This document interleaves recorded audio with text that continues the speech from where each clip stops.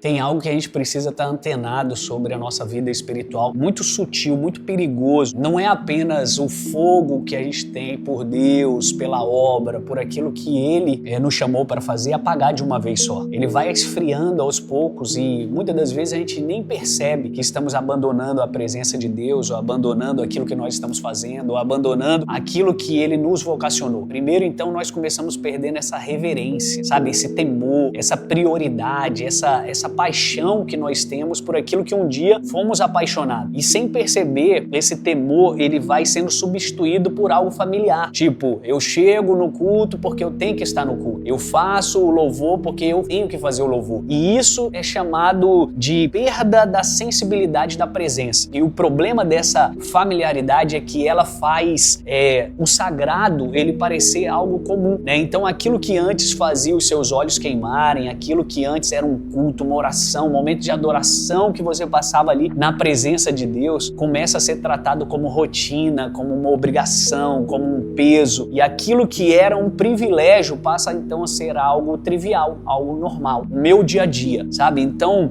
em Apocalipse, Deus nos chama a atenção através de Jesus, quando ele fala para a igreja em Éfeso, que ele não confrontou essa parte de não estar trabalhando, de não estar fazendo. Ele confrontou justamente aquilo que tinha sido esquecido, né? O texto ali é muito claro, o texto de Apocalipse 2, ele diz assim: tenho, porém, contra ti que abandonaste o seu primeiro amor. Ou seja, eles não abandonaram a obra primeiro, eles abandonaram o amor primeiro. E esse é o perigo de nós que somos filhos de Deus, que temos ministério, que fazemos o que fazemos, né, dentro da igreja. Esse é o perigo, nós abandonarmos aquilo que um dia ardeu, aquilo que um dia queimou, aquilo que um dia foi a presença. E é possível a gente continuar nas fileiras, no ativismo, servindo a obra no corpo, enquanto o coração já não está nisso mais. É possível a gente continuar servindo no altar, enquanto internamente isso virou cinza. E entenda, queridos, aqui, o fogo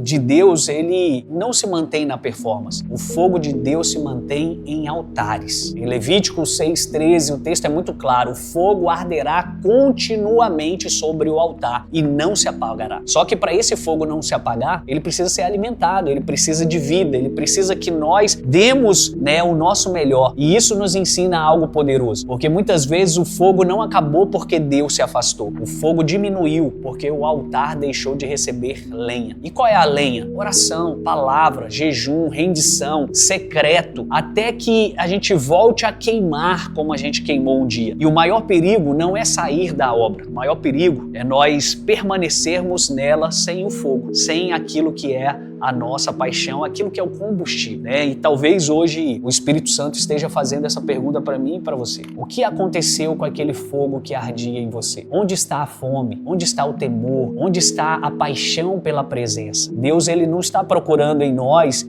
apenas disponibilidade. Ele procura altares que ainda permanecem acesos. E talvez a oração nossa hoje não seja: Senhor, usa-me. Talvez a nossa oração seja: Senhor, reacende em mim o que a rotina, o que as feridas, o que as distrações apagaram, porque nós queremos continuamente queimar diante do teu altar. Essa é uma verdade que eu e você precisamos hoje lidar com ela com responsabilidade e fazer com que isso realmente seja a nossa paixão, o nosso combustível, a nossa vida.